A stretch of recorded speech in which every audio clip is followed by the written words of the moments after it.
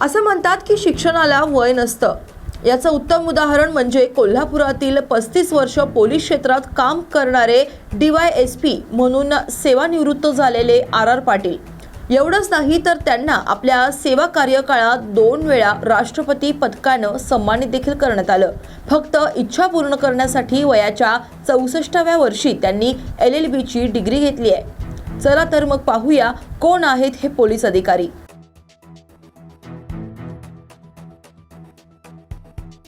नमस्कार, न्यूज मराठी 24/7मध्ये आपलं स्वागत आहे. मी सलमान. शिक्षणाला वाघिणीचं दूध म्हटलं जातं आणि शिक्षण घेणारा विद्यार्थी हा जन्मापासून मरेपर्यंत हा विद्यार्थी असतो. कोल्हापूर जिल्ह्यातील एक रिटायर्ड पोलीस अधिकारी ज्यांनी DYSP म्हणून रिटायरमेंट घेतली, त्याचबरोबर त्यांच्या कारकिर्दीमध्ये त्यांनी 2 राष्ट्रपती पदक जिंकलेत. कोल्हापुरात शिवाजी विद्यापीठाचा दीक्षांत समारंभ झाला आणि या समारंभामध्ये वयाच्या 64व्या वर्षी त्यांनी LLBची डिग्री घेतली. त्याच तात्या आपल्यासोबत आहेत. तर नेमकं त्यांना विचारूया, वयाच्या 64व्या वर्षी आपण काल LLBची डिग्री प्रदान करून आपल्याला मिळाली, नेमकं काय सांगाल? खरं तर थोडक्यातच मी सांगेन, शिक्षणाला वय नसते. मगाशी सांगितल्याप्रमाणे शिक्षणाला कोणती अडचणी नाही. म्हणजे ज्याला शिकायचं आहे त्याला ना वयाची, ना परिस्थितीची, ना आर्थिक परिस्थितीची, ना सामाजिक परिस्थितीची अडचण येते. फक्त शिक्षणाला जिद्द पाहिजे. कोणत्याही वयात शिकायचे असेल तर कोणतंही शिक्षण घेता येते. पाहिलं तर आता अनेक विद्यार्थी आपल्याला पाहायला मिळतात की मग कामात तुम्हाला वेळ मिळत नाही किंवा आता माझं वय झालं आहे, मी शिकू शकत नाही, अशा अनेक कारणं सांगत असतात. पण खरं तर त्यांना तुमच्या मार्गदर्शनाची गरज आहे असं मला वाटते. नेमकं त्यांच्यासाठी काय सांगाल? खरं तर ज्याला शिकायचं आहे, आपण कोणत्याही आर्थिक परिस्थितीत शिकू शकतो. घरी काही नसलं तरी शिकू शकतो. याला उदाहरण आमच्या इतकं चांगलं कोण नाही. कारण रोजगार हमीच्या कामावर जाणारा माणूस या राज्याचा एकदा कॅबिनेट मंत्री, ग्रामीण विकास खात्याचा 2 वेळा गृहमंत्री, एकदा उपमुख्यमंत्री, प्रदेशाध्यक्ष इतकी पदं मिळवू शकतो स्वतःच्या जिद्दीवर, कोणतीही कौटुंबिक पार्श्वभूमी नसताना. ज्याला परीक्षेची 21 रुपये फी भरायला नव्हती, तो DYSP पदापर्यंत पोहोचू शकतो. फक्त जिद्द पाहिजे. ते उदाहरण माझंच आहे.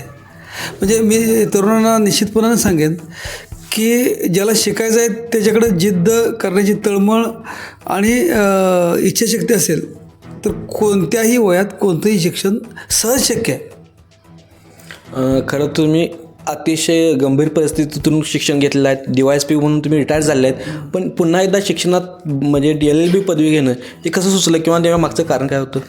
मी BSc 1984 साली झालो. मला शिकायचं होतं पण तशी आर्थिक परिस्थिती नव्हती. पण मी NS लॉ कॉलेज सांगलीला 1985-86 ॲडमिशन घेतलं. ते ॲडमिशन आजही माझ्याकडे आहे. परंतु मला नोकरीची गरज असल्यामुळे मी स्पर्धा परीक्षा दिल्या. त्यानंतर माझी range forest officer, sale tax inspector, PSI अशा वेगवेगळ्या पदावरती सिलेक्शन झाल्यानंतर मला शिक्षण न घेता तिकडे जॉईन होणं गरजेचं होतं. मी 87ला PSI म्हणून जॉईन झालो. परंतु कोणत्याही कॉलेजची ला ॲडमिशन घेतल्यानंतर शिकताना अटेंडन्सची, हजेरीची गरज असते. त्यामुळे मला लॉचं शिक्षण पूर्ण करता आलं नाही. मी 21 साली रिटायर झालो. मी त्याच्या अगोदर ॲडमिशन घेतलेलं होतं, पण तो मला ते हजेरीच्या प्रॉब्लेममुळं पूर्ण करता आलं नाही. त्यामुळे मी पुन्हा रजिस्ट्रेशन करून 21 सालापासून पूर्ण क्षमतेनं, जसा 21व्या वर्षी मी अभ्यास करत होतो तसाच अभ्यास सुरू केला. सगळे म्हणजे कॉलेजच्या परीक्षा असतील, जनरल परीक्षा असतील, मुलाखती असतील, सगळं ॲज अ तरुण विद्यार्थ्यासारख्या दिल्या, तेवढ्या जिद्दीनं दिल्या आणि अतिशय चांगल्या मार्कानं मला उत्तीर्ण होता आलं. आणि हे आजही माझा उत्साह जेवढा माझा BScला होता तेवढाच आहे. एक रिटायर्ड अधिकारी, ते LLBचा विद्यार्थी, कसा अनुभव होता नेमका? काही वेळेला अडचणी यायच्या. परीक्षेला गेलो की आजूबाजूला 20-21 वर्षाची मुलं असायची. मग ते कदाचित त्यांना काय शिक्षकाला काय असं वाटायचं नाही. पण त्या विद्यार्थ्यांनी मला समजून घेतलं. माझ्या भारतीय विद्यापीठाच्या कॉलेजच्या शिक्षकांनी मला समजून घेतलं, प्राचार्यांनी समजून घेतलं. आणि मी स्वतःच मी शिस्तप्रिय असल्यामुळं पहिल्या दिवशी कोणतीही नावाची, माझ्या नावाची किंवा भावांच्या नावाची आपण काय म्हणतो संधी घ्यायची नाही किंवा फायदा घ्यायचा नाही असं ठरवलेलं होतं. मी या डिग्रीतून, या शिक्षणातून काही मला मिळवायचं नव्हतं. मला फक्त ज्ञानच मिळवायचं होतं. त्यामुळं इतर कुठलाही सवलत न घेता अगदी तरुण विद्यार्थ्यासारखं, नवीन फ्रेशरसारखं मी फ्रेशर म्हणूनच हे शिक्षण पूर्ण केलं आहे. एक विद्यार्थी असतो, ज्या विद्यार्थ्याला शाळेतली एक ना एक गोष्ट म्हणजे कोणतीतरी एक आठवण असते.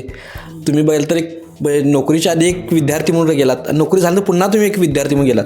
तर या नवीन विद्यार्थ्यामध्ये कशी कोणती आठवण आहे की जेव्हा तुम्हाला आत्तापर्यंत आठवण राहील अशी राहील? अशा तर कॉलेजच्या खूपच आहेत. इथून 6 किलोमीटर जायचं आपल्या भारतीय विद्यापीठाच्या न्यू लॉ कॉलेजमध्ये प्राचार्य चव्हाटे सर होते किंवा कदम मॅडम होत्या किंवा आता भोसले मॅडम आहेत.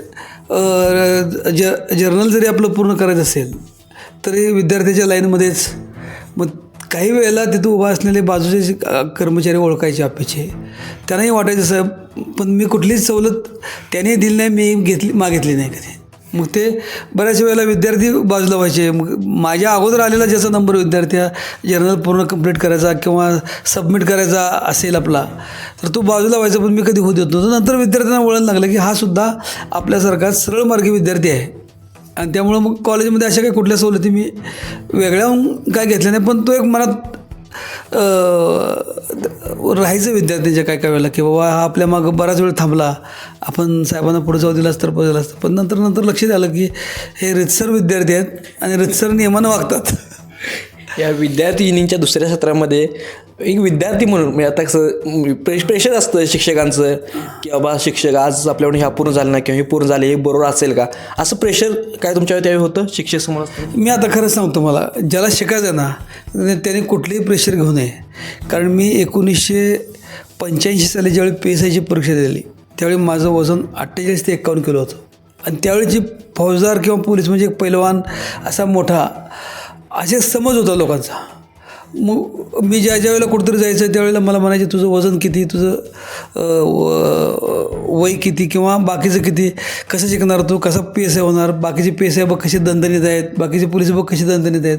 तर असलं कुठलं प्रेशर नाही घेतलं. आपली इच्छा जिद्द होती आपण ती पूर्ण करायची. त्यामुळं असं काय कुठलं प्रेशर मी नाही घेतलं. मी त्यावेळी नाही घेतलं, आताही नाही घेतलं. त्यावेळी जेवढा नवीन विद्यार्थी होतो फ्रेशर तेवढाच नवीन विद्यार्थी म्हणून मी शिकलो. माझी आत्ता लॉची जर्नल्स तुम्ही कॉलेजमध्ये जर तुम्हाला कॉलेजनं उपलब्ध नियमाप्रमाणे करून दिली तर बघा, आहे तितकी टापटीप व्यवस्थित स्वहस्ताक्षरात लिहिलेली आणि जशी बेसिस होती तशीच तुम्हाला फिजिक्सची माझी आता लॉची जर्नल्स बघायला मिळते. म्हणजे मधला गॅप मी विसरून गेलो आहे. मी एक अधिकारी होतो, पोलीस खात्यात काम केलं आहे, हे सगळं विसरलो आहे. मी BSc 85-84ला कंप्लीट केलं. 85ला माझं जे ॲडमिशन संपलं ते कंटिन्यू करतो आहे असं मला वाटतं. आत्ता मी 86 म्हणजे 86मध्ये असल्यासारखं वाटते मला. क्या बात आहे सर. प्रत्येक विद्यार्थ्या शिक्षणाची म्हणजे भूगी संपत नाही. मग आता पुढचं काय टार्गेट आहे? मग आता मी 22 डिसेंबरला ऑल इंडिया बार काउन्सिलची परीक्षा दिली. मी काही प्रॅक्टिस करण्याची शक्यता नाहीच आहे, म्हणजे करणारच नाही. पण एवढं शिकल्यानंतर आपल्या ज्ञानाचा समाजाला काय मोफत फायदा होईल तेवढा देता आला तर प्रयत्न करणार. मला शिक्षणासाठी माझ्या आवडीचं आणखीन एखादं क्षेत्र मिळालं म्हणजे मी इन सर्व्हिस असताना डिप्लोमा इन इन्फॉर्मेशन टेक्नॉलॉजी पूर्ण केली, टेक्नॉलॉजीचा कोर्स पूर्ण केला. म्हणजे ते खात्याची परवानगी घेऊन घाला आणखीन बरेचसे कोर्स पूर्ण केले. तसं जर माझ्यासाठी एखादी चांगली संधी जी मला आवडते आणि जी समाजात उपयोगी आहे अशी मिळाली तर मी निश्चित ती कितीही कठीण असली तरी शिकायचा प्रयत्न करणार. क्या बात आहे सर. निश्चितच तुमच्या पुढील भविष्य वाटचालीसाठी आमच्याकडून हार्दिक शुभेच्छा. अशीच तुमच्याकडून कामं होत जाऊ, शिक्षण पुढे घेत जाऊ, तुमचं मार्गदर्शन ही विद्यार्थ्यांना मिळत जाऊ ही एक अपेक्षा. त्याचबरोबर बघितलं तर शिक्षण ही वाघीचं दूध का म्हटलं जातं याचं एक उत्तम उदाहरण आपल्याला पाहायला मिळालं. शिक्षणाला कोणतीही अट नसते, कोणतेही वय नसतं किंवा कोणतीही कारणं नसतात. हे आपल्याला प्रामुख्याने यावेळी आपल्याला पाहायला मिळालं. खरंच ज्या आरारा तात्या ज्यांना आम्ही लहानपणापासून ऐकत आलो होतो आज त्यांच्याशी बोलण्याची, त्यांच्याशी बातचीत करण्याची संधी आज मिळाली. खरंच सर तुमचं खूप धन्यवाद. तुमच्याशी बोलण्याची भेटल्याची संधी मिळाली आणि खरंच विद्यार्थ्यांनी देखील यातून खूप मोठं घेण्याजोगा संदेश किंवा घेण्याचा मेसेज आहे तो विद्यार्थ्यांनी घ्यावा आणि खरंच शिक्षणाची जी भूक आहे ती कायमस्वरूपी असली प्रत्येक विद्यार्थ्याला असली पाहिजे. माझ्यासाठी सलमान जमादार, कोल्हापूर.